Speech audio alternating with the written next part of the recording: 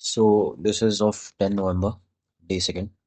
The thing was liquidity sweep, and the main mistake I did was not taking profit to the nearest um, liquidity at that point of time.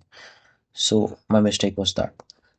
So price took the liquidity, took previous day high, as you can see. Okay. So I was I should have taken the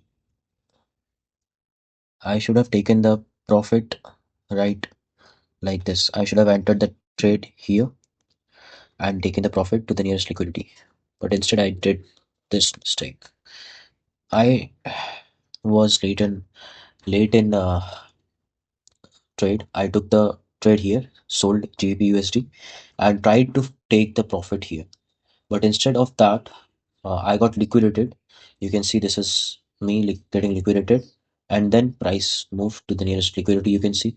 So the first thing is always try to take the nearest liquidity as your profit, no matter how late you entered the market or what circumstances are. Always try to take the profit to the nearest liquidity you know. And the thing is, there are a number of opportunities in market. Don't take try to be impatient. Always be patient. Always have patience. Don't be greedy. Like, don't take trades more than its potential. Don't be greedy. Have patience. That's all.